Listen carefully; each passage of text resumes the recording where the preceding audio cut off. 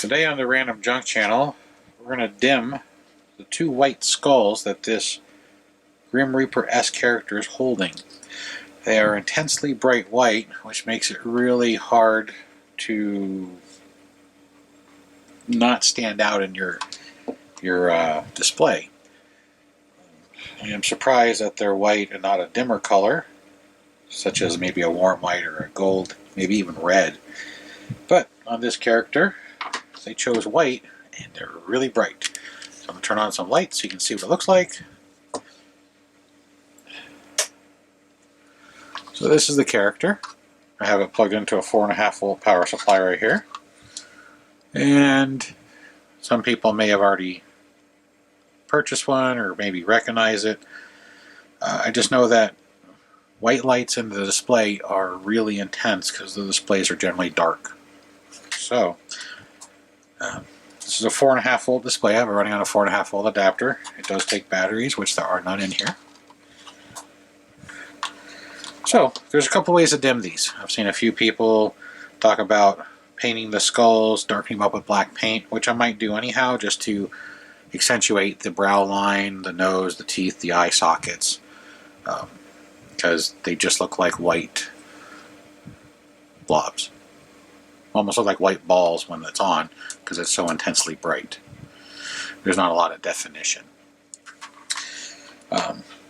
But the other way to do it, and that's the way I'm going to do it, is they're actually driving these LEDs at a high power. The white LEDs only run about 2.5 to 2.8 volts safely. 3 volts at the maximum before you start shortening their lifespan. They're actually running these at 2.7.5, 2.75, depending on your meter, volts. So they're running these almost at their maximum brightness, which is extremely bright for most displays. So if you want to dim it, inside here is a resistor. Now I've already cracked the back of this open. This back side that has all the information in foreign languages about safety is glued on. Use a spudger or an X-Acto knife or a knife like a pocket knife blade. Start prying along the edges to crack the glue, and then it'll fall right off. Inside here, you'll see there's a resistor right here. And this one is blue. Other ones may vary in color depending on which year you got it. I know they made this for a couple of years. And this resistor is supposed to be 200 ohms. It's actually 195, which is intolerance. It's like 195.7.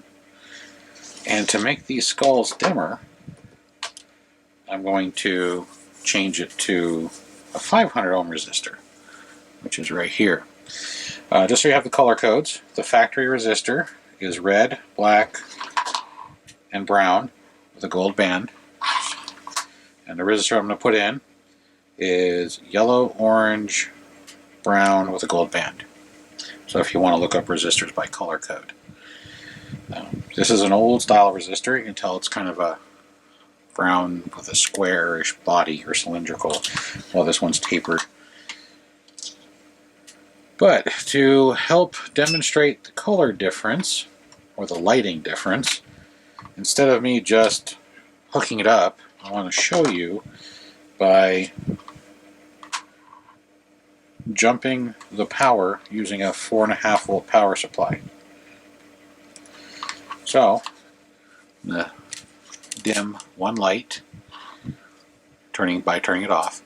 You can see how bright that is. I'm going to bring it down to the shadow part. And then normal. .500 ohm. Normal. 500 ohm. And I'll do it with the lights completely off, make it harder. 500 ohm, normal. You can tell there's a huge brightness difference. So, by knocking stuff down, now by doing a higher resistance, we can dim these and still darken them with paint. But I'd rather have the dimmer light so it doesn't distract or take away from the actual display. So to do this, you're going to need a soldering iron. If you want to do it correctly, you can twist it and turn it and wrap it in there if you want. The first thing we need to do is remove this old resistor. If you want to leave it in here for the future, you can just cut the wire right here and just fold this out of the way. I'll demonstrate. So the wire is soldered on right here. You can either cut it with snips or you can desolder it. Let's see if it comes apart. There's a lot of glue in here from when they put this together. So I'm going to desolder it like so. I'm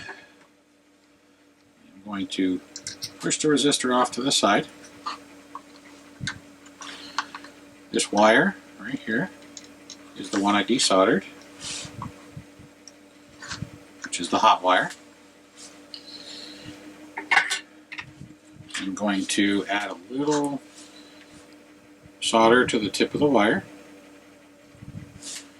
and I'm going to add some fresh solder down to where this resistor connected here at the base, which is actually the switch. Now, this resistor is really long with the leads, so I'm going to cut off the majority of the leads. So I'm going to cut off about 70 to 80%, so it's much shorter. And then I'm going to do the same thing. I'm going to put some solder on the ends of the leads, which is called tinning. It makes it easier to solder.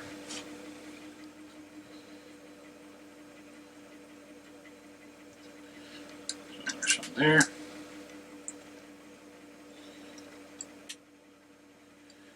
You don't want to hold your soldering iron too long. You want it long enough to get the solder on it, but not so long that you can't touch the components because the heat will transfer through. And get some tweezers. You can use tweezers or small pliers. Resistors are not directional sensitive. You can solder it any way you want, gold band towards the switch or not. And the reason I'm using tweezers is, one, it keeps my fat hand out of the way, and two, it prevents the heat from transferring up into my fingers.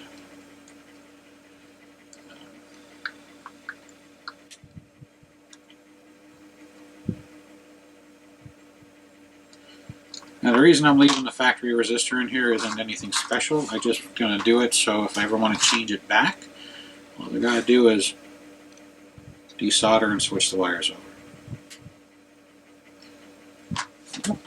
Fast. I can just tuck that back down inside. Move the tools out of the way, and there we go. Turn off the light real quick so you can see. Off and off. Let the camera adjust, and I've now reduced the voltage across that resistor so it is no longer as intense.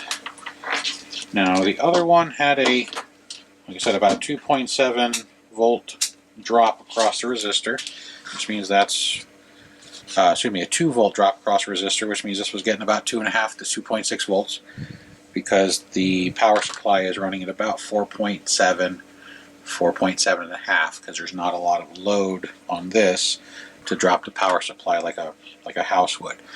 So there's the meter. What we're going to do is test one side of the resistor to the other, and I'm dropping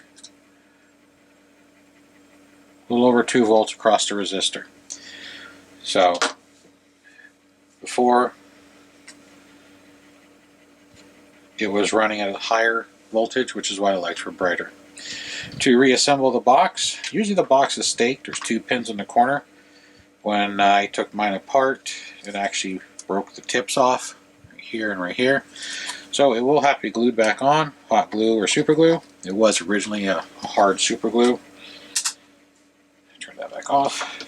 So relatively fast. All you got to do if you want to dim this, you have a couple choices: paint it or change the resistor inside the box.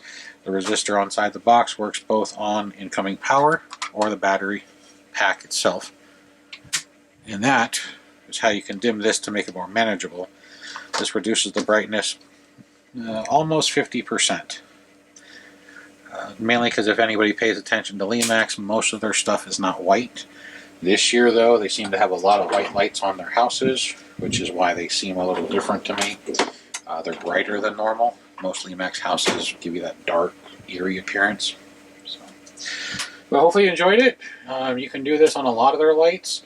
Careful about changing the resistor, though. If you go in the wrong direction, meaning you decrease the resistance instead of increasing the resistance, you're going to send more power to your component, which can burn it out. LEDs are very sensitive to voltage. If the voltage is off by too much, you will end up burning out your lights. So I'm going to get out I use Gorilla Glue. I'm going to glue the cap back on, and we're going to call this one good. Alright, thanks for watching.